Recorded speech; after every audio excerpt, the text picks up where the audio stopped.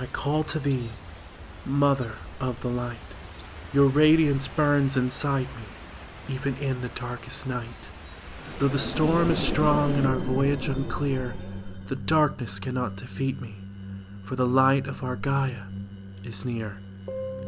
Shortly after our celebration, a trio of dragon metal warriors descended on Mossward. Their capabilities were surprising, but we managed to subdue them all in a surprising stroke of efficiency. But our battle was not over. Coryphony revealed herself from the shadows. Just as we were about to engage her, one of the dolls became a child again. I did the responsible thing and returned the child to Mishael, while Xander, consumed by his lust for victory, pursued the Autumn Blades. During the course of the battle, we took on Demorna, and although she managed to critically wound Faye, the girl's strength prevailed, and I was able to land the killing blow. With half our party wounded and bloodied, I felt it best to retreat, but Claudius thought otherwise, and so our battle continued at the Foolish Lyre, and as Claudius and I turned our attacks on each other,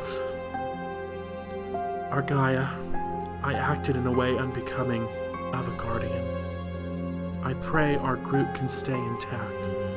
It may be our only way to find you and save Chromaria.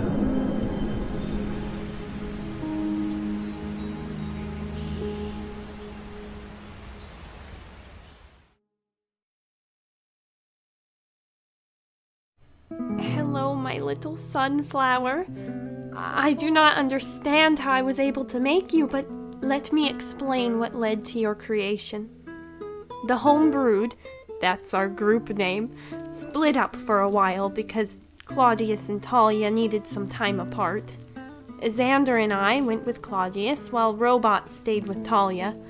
Both groups ended up on similar paths, though, as we each found a child who had been reunited with their parent, and who was missing their shadow.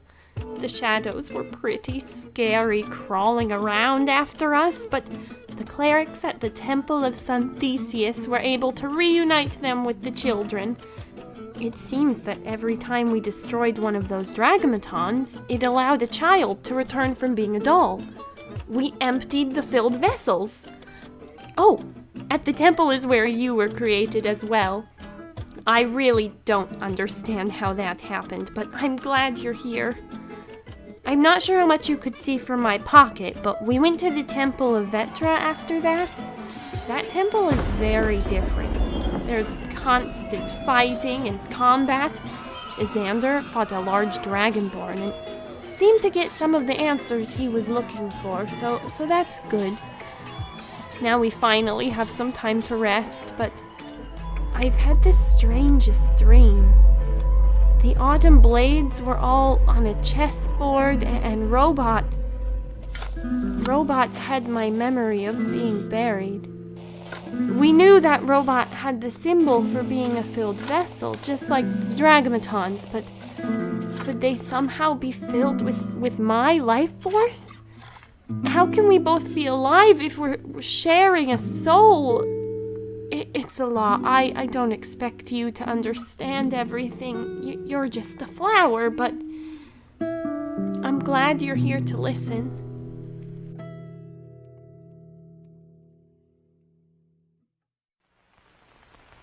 Updating records. I believe in my previous log I mentioned how complicated it is to be alive. Well, apparently things just get more confusing the longer you go on because this adventure has really spiraled out of control since that last update. After experiencing some sort of shared dream state, the group decided that it would be best to stock up on supplies the next morning, and we soon found ourselves in the dazzling Valkyrie, coincidentally run by Opal's sister and Xander's supposed future bride, Ruby. Once the two of them were finished flirting, we decided to set off towards Autumn Glen, hoping to find the Autumn Blades and any other answers to our questions. However, upon exiting Ruby's shop, we discovered that the Autumn Blades decided to come to us instead. Over and over and over again. We knew it was a trap, but time was not exactly on our side, and a portal to the enemy was literally following us through town, so we decided to contact Azazel, alert him of our findings, and ask for aid before our inevitable battle. We steadied ourselves and then passed through the threshold of the tent, where we were met with a familiar sight. A large chessboard in the middle of a field. Coryphony was there, and she seemed somewhat relieved to see us. Relieved and drained and sad. She explained to us that everything, the kidnappings, the dead dragon, the missing eggs, were all events orchestrated by Venator, for reasons that are still unknown to us. Suddenly, the board became a battlefield, and we soon found ourselves facing off against the members of the Autumn Blades, one at a time, constricted to the rules of the chess pieces we were deemed to represent by the world inside of the tent. Damaris was first up on the board, and while he was a powerful foe, we were able to down him with relative ease, which he seemed somewhat grateful for. And now it seems we have a new foe to dispatch. Snap Slap. Everybody's favorite musician. Let's give him some reconstructive criticism.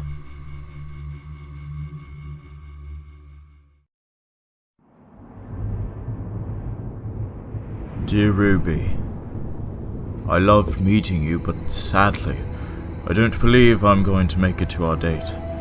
You see, we found ourselves inside of the carnival tent of the Autumn Blades. We were placed on a chessboard, and our roles align with each piece. It seems that these demons might not be in control of their actions. After finally bringing down Damaris, he showed a different side of himself before turning into stone. Next was Snap Slap, then Fickle, which we defeated in a similar manner. Finally, the battlefield went silent as Bridget appeared on the board. I noticed something was afflicting her, so I used what I learned from the cleric of Sun Theseus and removed her curse. Claudius and her quickly spoke, but she magically escaped. That's when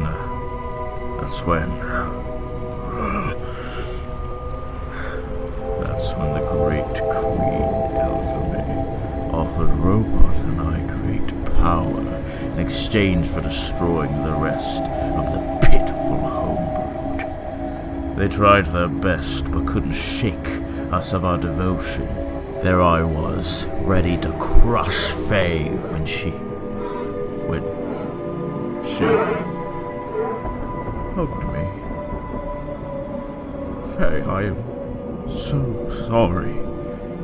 Anyway, I came to after that, but Robot was still afflicted. Talia struck them to wake them up, but knocked them unconscious in the process. They then began to turn into stone. Please, not Robot. Ruby, if I don't make it back, you may have my gold to fund your shop.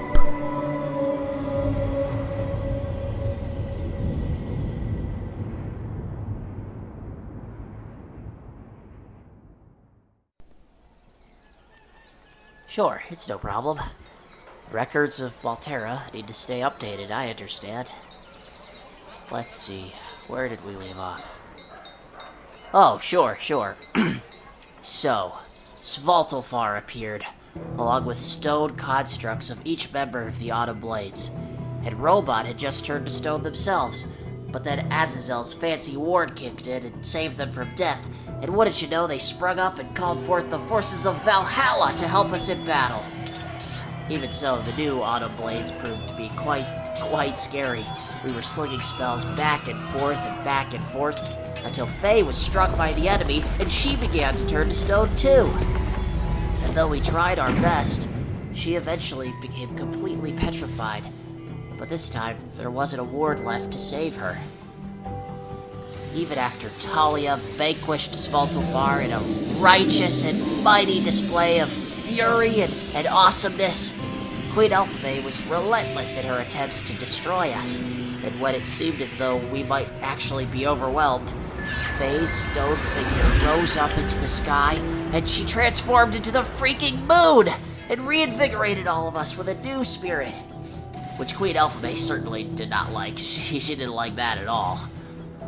And once we dealt with the last of the constructs, we were transported here, to the Moonlit Graveyard, and into the care of, well, I guess you all, the matrons of Maltera.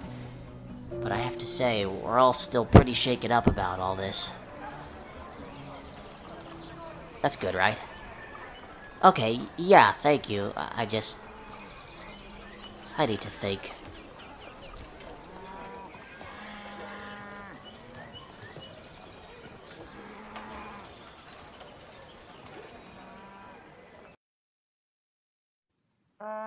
Don't worry, Talia. I know you really don't want to be in the mirror, but everything is going to be okay. Maltera is with us.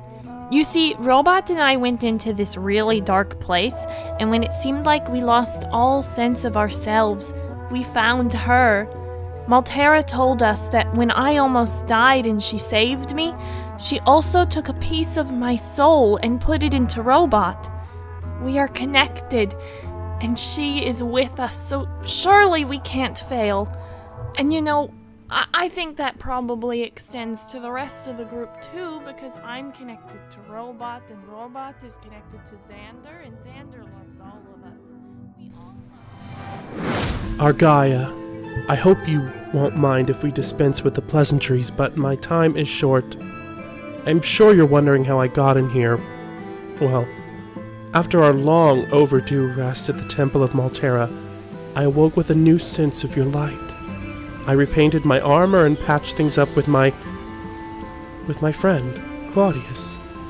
He then gave me the most mischievous look that was the start of this, eventful day. We met up with the rest of the homebrew to find none other than Xander being engorged by the kind patrons of a local bakery. From there, we convened, and Claudius shared with us his plan to use me as bait to get into the Temple of Erisire. While I thought handcuffs would do, my friends thought the mirror would be more convincing. Argaia, why did I let them talk me into doing this? This is ridiculous. Ugh. No use in complaining, I'm in for the ride. After convincing the guards of my capture, I was paraded through the city.